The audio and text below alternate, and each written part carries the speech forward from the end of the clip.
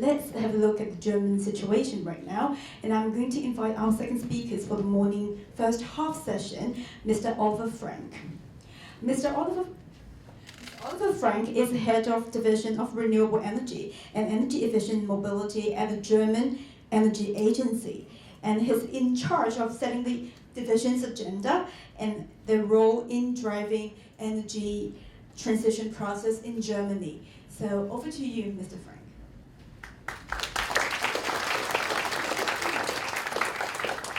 So thank you very much for this nice introduction. Thank you very much for inviting me here, talking to you about the energy transition in Germany. It's a great pleasure for me being here also the first time in Hong Kong. Let's start off with my presentation. First of all, I would like to give you a short overview about the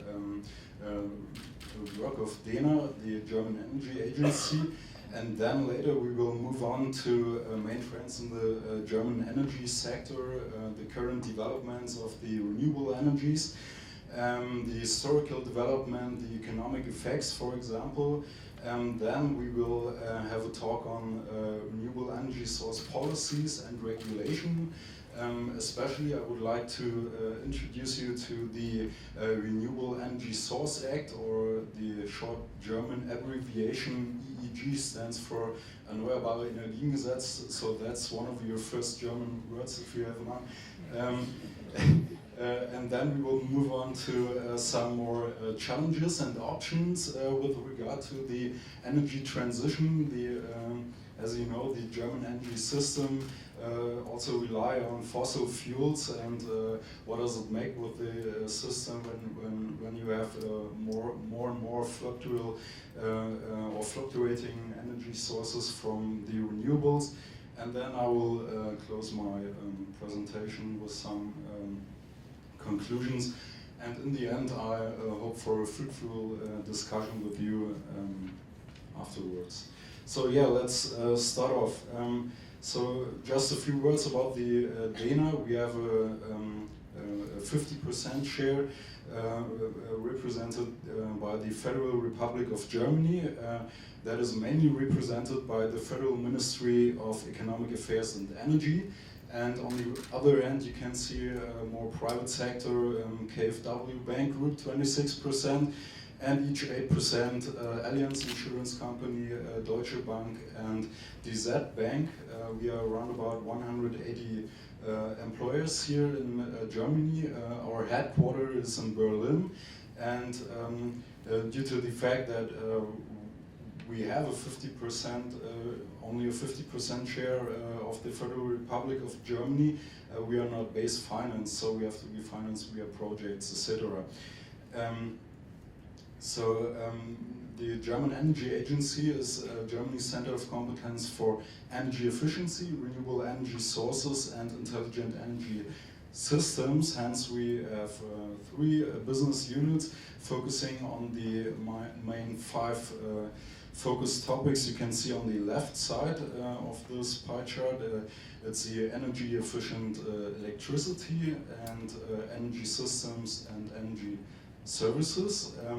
Then another business unit is focusing on energy efficient building, and I'm responsible for the renewable energy and energy efficient transportation system. And what we can provide to the institutions and companies is we have studies and reports, consulting services for institutions and companies.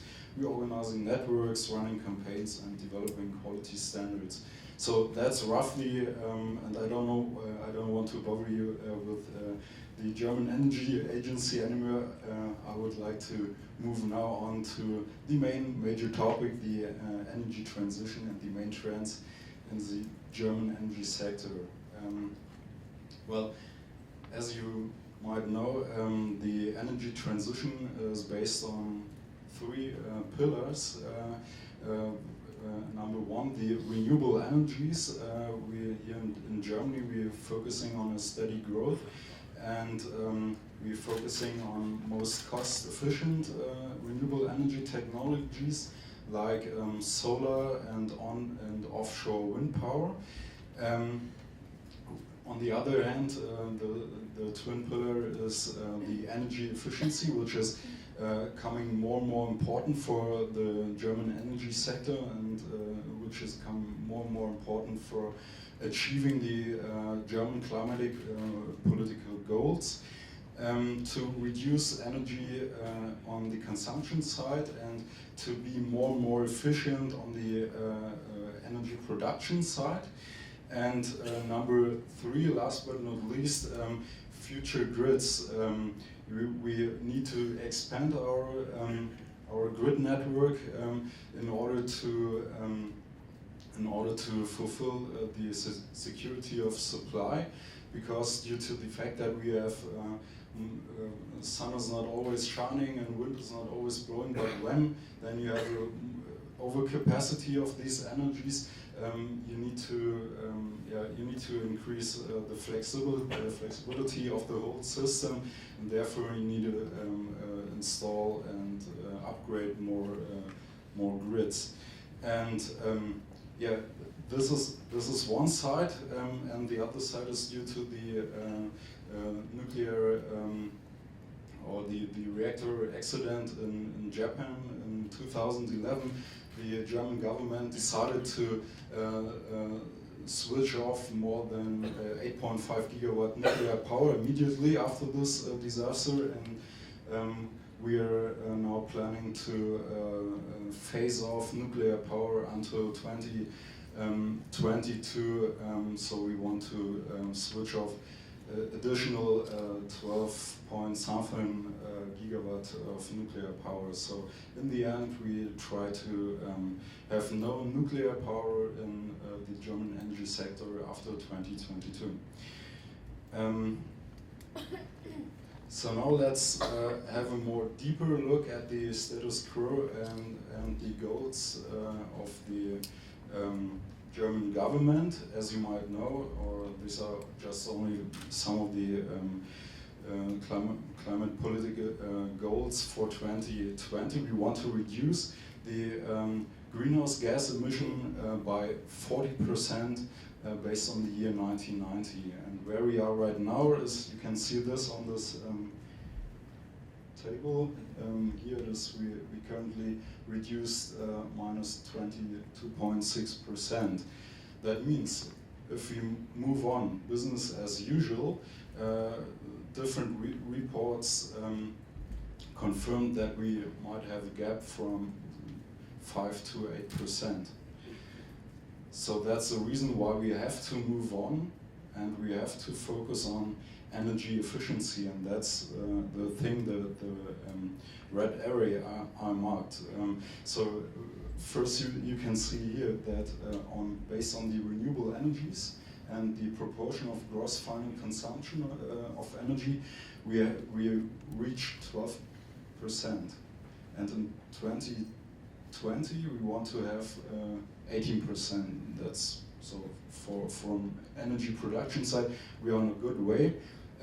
But when you take a look at energy efficiency targets, we are far beyond what we wanted to achieve. So that's the reason why we issued some instruments during last year, which face the challenges of the energy efficiency. That is number 1, the Action Plan of Climate Protection. It's number 2, the National Action Plan for Energy Efficiency. Later I will come and go more into detail about the current measures of that plan. So, but in the end, it is clear. So on the production side, we are quite good here for the German energy sector. But on efficiency side, we have to do our homework. So that's the base information you have to take with you. So now let's come to the renewable energies in Germany, and I want to start off with this diagram that shows the historical development of renewable energies in Germany. You can see on the left side the accumulated installed capacities on electricity, distinguished by each renewable energy technology, such as hydropower, wind power on and offshore, it's the blue one, photovoltaics, the yellow one, and biomass, the green one.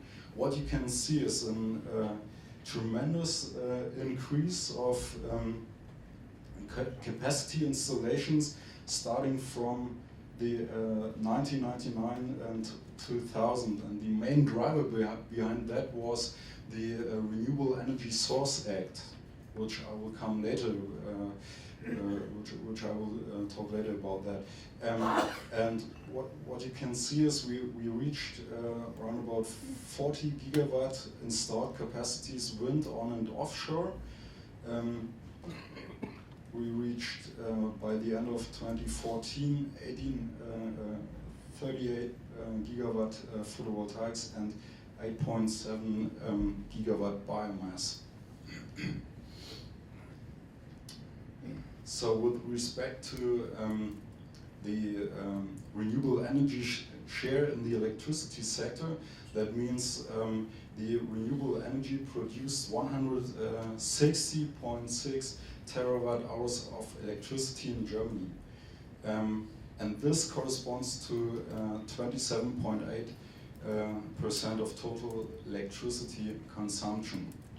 And this is again divided into different subcategories, like 21.7% photovoltaics, 34.8% wind on and offshore, 30.6% biomass, and 12.8% hydropower. So when I just move back again, you have 8.7 gigawatt biomass, and that corresponds to 30.6% electricity production, whereas you have 40 gigawatt wind power and 38 gigawatt photovoltaic installed capacities corresponds to 21.7 and 34.8%. So it's just to keep in mind that you have different, so with different technologies, you have different capabilities of being, of producing electricity and being flexible in the energy production. So now let's come to some economic effects. So based on the number from 2007, we had around about 280,000 jobs in the renewable energy sector, and that increased to 370,000 by end of 2013. That's an increase of 32%. Whereas I have to say there was quite a little switch in the jobs due to the decrease in photovoltaic installations, but an increase in wind installations. So when I'm talking about the investments, that makes it a little bit more clear. Mr.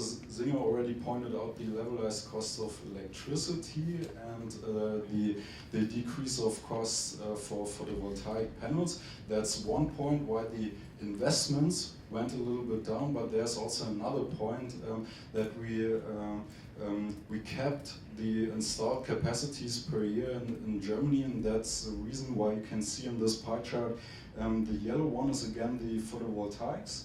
And here you can see the investments from 2013 and the development to 2014, and you can see it goes a little bit, it goes down, so it's just the half of the investment goes to the photovoltaics, but the large blue one shows the investments in wind power, and that increased heavily. And overall, we have a 16% increase in investments in renewable energies. So we had a little job rotation in Germany. So some people, some experts from photovoltaics went to the wind industry. So yeah. All right. So now I will move over to the amendment of the Renewable Energy Source Act, and sometimes I will say EEG, and that's the German abbreviation. Before I come and talk to you about the amendments and what is new, I would like to introduce you to the cornerstones of the Renewable Energy Source Act, and maybe I can give you some impulse for a development of some kind of Renewable Energy Source Act, maybe in Hong Kong, to increase the development or the deployment of renewable energies. I've learned that the cost for one electricity kilowatt hour here in Hong Kong is very low. It's around about $10 per kilowatt hour, I've heard. So that makes it very hard to compete, even with very low levelized cost of electricity. So maybe it is first a good introduction, some kind of tariff feed-in scheme to introduce and to help renewable energies going into the market. So what we have done here in 1999-2000, we established the EEG, the Renewable Energy Source Act, and the cornerstones are we have a priority. So for the energy produced from renewable energies, you have a priority of transmission and distribution, and a guaranteed grid access, which is very, very necessary to get into the market and to getting them integrated and use these energies. We have set fixed prices, tariffs, and right now premiums for every kilowatt hour produced.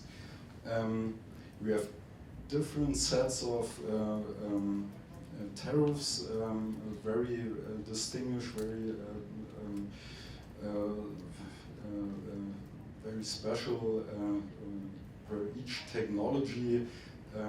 Set tariffs like minimum 3.5 euro cent, so I must say euro cent per kilowatt hour hydropower, up to 25.2 euro cent per kilowatt hour on geothermal energy. That's just takes into account the levelized cost of electricity. And so how does it work? We have a so-called EEG levy. This is run about 6.17 euro cent per kilowatt hour, which has to be covered through the energy suppliers and indirectly through each private household and industry. That means for me, for example, I have to pay these 6.17 euro cent per kilowatt hour on my regular bill. And another cornerstone is that we regularly monitor and evaluate the deployment of renewable energies and the costs, so that we can adjust the tariffs per month or per year or whatever. Just only to focus on the costs. So this table shows you and just gives you a brief introduction. I will not go into detail. Gives you an introduction about the specific support levels and support schemes of per each technology. And what you can see here, you have for different technologies a corridor. Maybe for biomass, 100 megawatt installation maximum, so that is capped. Or for wind energy, a corridor 2.4 to 2.6 gigawatt wind onshore, or solar energy 2.4 to 2.6 gigawatt. And number two, what is necessary, and that is maybe so for you behind that, you can read it a little bit better. I just pointed out the solar energy because this might be more interesting for you. We have different remunerations for different locations and size of power plants. So it starts for large-scale power plants at 8.61 euro cent per kilowatt hour, and it goes up to 12.82% per kilowatt hour for small rooftop installations. And this support level has the degression rate of minus 0.25% per month. And based on the achievements on the installation reached, it can be less or more. So you have a flexible adjustment, and that's also a major amendment what the government has done during the last year amendment from the EEG. So yeah, as I said before, we have right now binding targets corridors for the renewable energy deployment. That is mainly the reason, or the objective is to introduce the quality control mechanisms and like a breathing cap for the renewables. We introduce, and that's what I want to talk in the next 5 minutes, about the tendering scheme for ground-mounted PV systems. We have an EEG surcharge on self-supply. That might sounds a little bit strange for some of you here, but it takes into account that the cost for the renewable energy deployment must be covered by everybody, and not to focus on a small group. So the cost would increase, and the financial load would increase for those people. And we also adjusted some exemptions for energy-intensive industry. Here, this chart, I've chosen this chart to explain you a little bit more how the EEG apportionment works. Here you can see you have for example, for a PV rooftop installation, a feed-in tariff about 12.92 euro cent per kilowatt hour. And you will sell, or the transmission and distribution grid operator sells this energy to the spot market for an average price, let me say 3.4 euro cent per kilowatt hour. And the difference between the 12.9 and the 3.4 euro cent per kilowatt hour is the EEG apportionment on that level, and that goes to the energy supplier. And there are some privileged customers who don't have to pay the whole thing, or have to pay nothing, just for competitive reasons.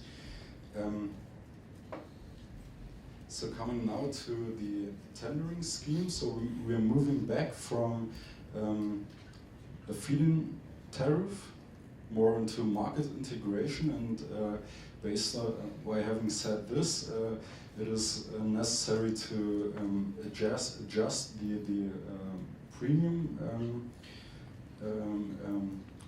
for these installations. And so in 2015 we started the first tendering, or the first auction. It was based on pay as bid, and current results you can see on the below in this chart. We have received 170 bids for more than 700 megawatt installed capacity. Now 25% are awarded. In total 156.9 megawatt installed capacities will be installed during this first, and then we have a second and a third auction, which is quite different from the first one. This is then uniform pricing, and afterwards we move over to pay as bid again. Yeah, so that's it for the current status, and now we'll go into some more challenges and options due to the energy transition. As you all know, the wind is not always blowing, sun is not always shining. You have to focus on grid extension, as I said right in the beginning.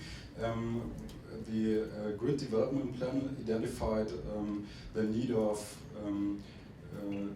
3,500 kilometers of new power lines installations, and also to retrofit old grid lines just to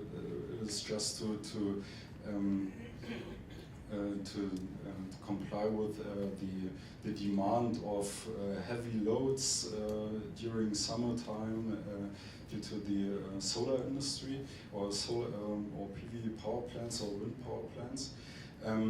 Then what we have to do is we need some more flexible power plants. We have to lower the must-run capacities, and we have to limit the wind on PV in the event of excess. So that means you have to reduce the electricity produced from them. On the consumption side, we have to increase the efficiency, and the demand. So we have to combine the demand from production and consumption in an efficient way. And last but not least, on the last level, on storage side, we have to expand the R&D investments due to storage systems in order to store renewable or power produced from renewable energies to some time where it is very cheap. So, and now I come to the Climate Action Program, which is set for 2020, and the main objective was, as I said in the beginning, to close the gap, the -5 to -8% gap of reducing the greenhouse gas emissions. And here one of the major programs is the National Energy Efficiency Action Plan, or short called NAPE. And here it is, so over all the program, we want to achieve a reduction of 62 to 78 million tons carbon dioxide until 2020. And here's just to give you a brief overview about the current measures of the NAPE.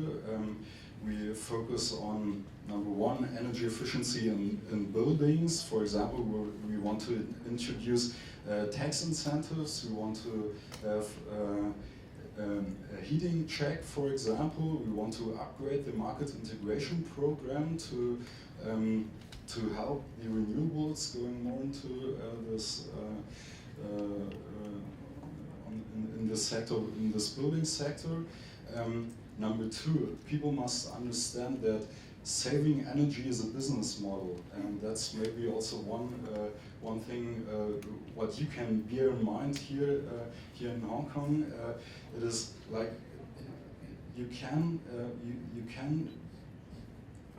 by not using energy, you can save money, and that makes it very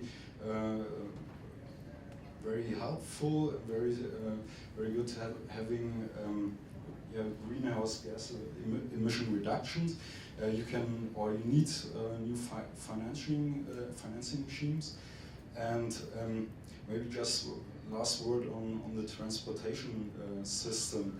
It is due to the fact that we want to reach 1 million electrical cars by 2020, and at least 6 million electrical cars by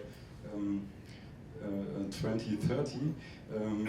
We have to introduce some more tax incentives, etc., to fulfill these goals. So let me come to the conclusion. What you have to bear in mind is that in the German energy sector, the EEG, has stimulated a significant growth of renewable energy sources in Germany for more than 10 years. So it's right now the 15 years anniversary for the EEG. So congratulations, and it was the main driver behind this whole development that I've shown to you. The current challenges are limitation of costs, being more flexible in the whole energy system, and of course developing storage technologies, just to point out three of them. That's from my side. Thank you very much. Hope you enjoyed.